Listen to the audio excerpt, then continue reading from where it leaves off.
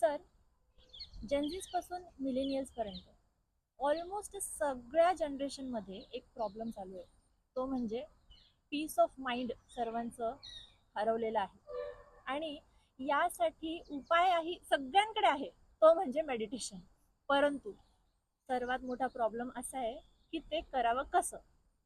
तर तुमच्याकडे एखादी फार सोपी मेथड आहे का, किंवा एखादी अशी टेक्निक जी सर्वांसाठी फ्लेक्झिबल आहे आणि सर्वजण अगदी सोप्या पद्धतीने करू शकतात? छान प्रश्न आहे. आजच्या पिढीला खूप समस्यांना सामोरं जावं लागतं. म्हणजे तसं जर बघितलं तर जुनी पिढी असो की अद्ययावत म्हणजे आजची पिढी असो, सर्वांना खूप साऱ्या समस्या आहेत जीवनामध्ये. आणि या सगळ्यांवरती उपाय जसं तू म्हणालीस, मेडिटेशन. सगळे जगभरातले मनोविद असतील, मनोचिकित्सक असतील, सगळे या पद्धतीने आपलं मेडिटेशनचं सांगतात. Meditation is the best way और it is the best solution for all these problems, right? तर ते करावं कसं, ही एक समस्या असते. तर बघा, आपली भारतीय संस्कृती जी आहे ना, तिचं या अखिल जगतावरती अनंत उपकार आहेत. कारण आपल्या भारतीय संस्कृतीने काय केलं माहिती आहे? हजारो वर्षांच्या परंपरेमध्ये शेकडो किंवा आपण म्हणूया असंख्य अशा ध्यान पद्धती डेव्हलप केलेल्या आहेत, विकसित केलेल्या आहेत. आणि या सगळ्या विविध पद्धती तर काही खूप डीप असतात, काही खूप अवघड असतात. पण मला जी सगळ्यात सोपी आणि जी सर्वांना करता येईल अशी आहे, म्हणजे लहान म्हणजे आबालवृद्ध आपण जे म्हणतो की नाही, लहान मुलांपासून म्हाताऱ्या माणसांपर्यंत सगळे करू शकतील अशी एक सुंदर अशी पद्धती मला माहिती आहे. तर तिला आपण नाव देऊया. असं काही नाव नाहीये तिला स्पेसिफिक, पण तिला एक नाव देऊया आपण आपल्या सोयीसाठी. लाईट बेम मेडिटेशन, प्रकाश शलाका ध्यान. ती विधी आता मी समजावून सांगतो, सोपी आहे. अच्छा, या विधी म्हणजे ध्यान करण्यासाठी काही या विधीला वेळ वगैरे असं काही बंधन नाही. आसन कुठलंही चालेल.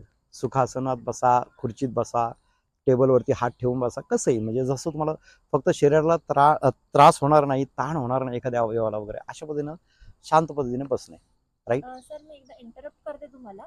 मला असं विचारायचं आहे, तुम्ही जी आता पद्धत सांगणार आहात, ओके. तर आपले सगळे सबस्क्रायबर्स जे आहेत, तर ते हे आता लगेच करू शकतात का?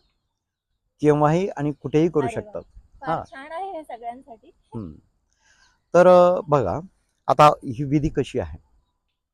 ही विधी आहे म्हणजे जनरली सगळ्या ध्यानविधी ह्या ब्रिदिंग टेक्निकवरती असतात. या सुद्धा आहे, पण तितकासा ब्रिदिंग टेक्निकचा भाग नाहीये.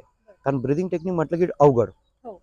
लक्ष लागत नाही, भीती वाटते, अशा खूप समस्या असतात मुलांच्या वगैरे, आहे की नाही? तर यामध्ये कसं आहे की लेझर बीम माहिती आहे? Laser beam. हो. हां. तर ती जी प्रकाश शलाका असते की नाही, तर तिचा आपण वापर करणार आहोत. मग आता इकडून आणायचं वगैरे तसं काही नाही. फक्त इमॅजिनेशन, कल्पना. ओके.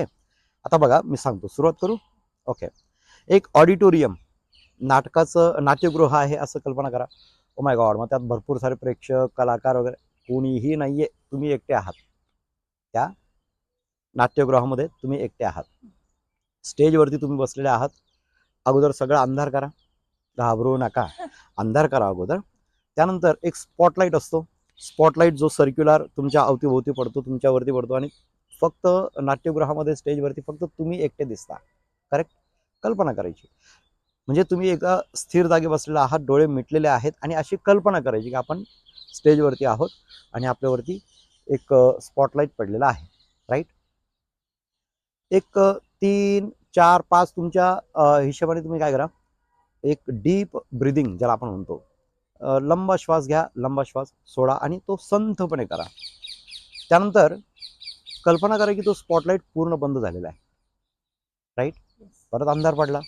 आता हळूवार वरून कुठे असं एक जो जिथून स्पॉटलाईट येतोय त्याच ठिकाणून एक लाल रंगाचा, लाल थोडा गुलाबी मिश्रित रंगाचा एक बीम लाईट वरतून पडतोय, लेझर बीम, जो तुमच्या अंगावरती पडतोय, राईट? आता त्याला कुठे पडायचं नेमकं? तर अगोदर तुमच्या पायाच्या अंगठ्यावरती पडू द्या. उजवा की डावा ते तुम्ही ठरवा. त्यात काही असं काही नसतं, शुभ अशुभ वगैरे काहीच नाही.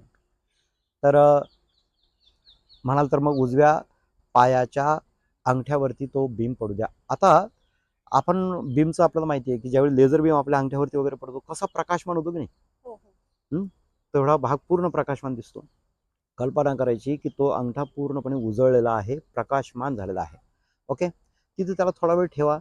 तिथून हळूवार तो प्रकाश बीम म्हणजे तो लाईट बीम थोडा सरकवा, दुसऱ्या बोटावरती न्या, तिसऱ्या बोटावरती, 5ही बोटं झालीत, थोडं वरच्या पोर्शनवरती म्हणजे 5 बोट झाल्यानंतर थोडं वरच्या पोर्शनवरती ते आलं की एरिया वाढतो बघा पायाचा. तसं काय करायचं, थोडं त्याचा व्यास वाढवायचा त्या बीमचा, म्हणजे प्रकाशमान एरिया जास्त होईल, म्हणजे पूर्ण पाय हा प्रकाशमान होईल. अशा पद्धतीने त्याला थोडंसं इमेजिन करायचं.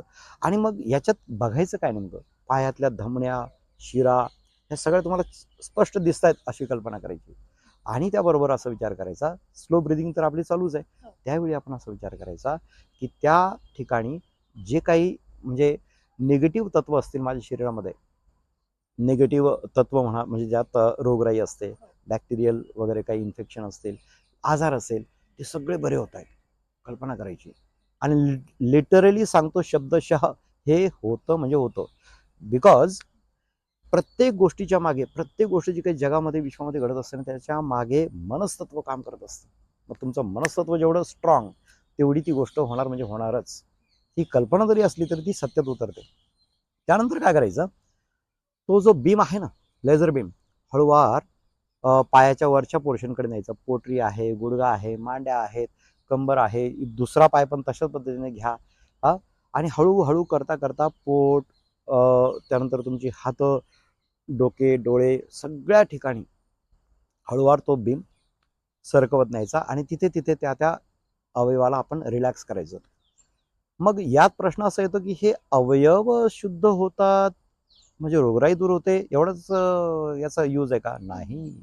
याचा यूज असा आहे की आपली मनशक्ती स्ट्रॉंग होते आणि ती मनशक्ती त्या त्या अवयवातल्या सेल्सना जागृत करते. आणि ज्यावेळी तुमच्या सगळ्या सेल्स जागृत होतात ना, त्यावेळी तुमची विचार करण्याची पद्धती सुद्धा बदलते.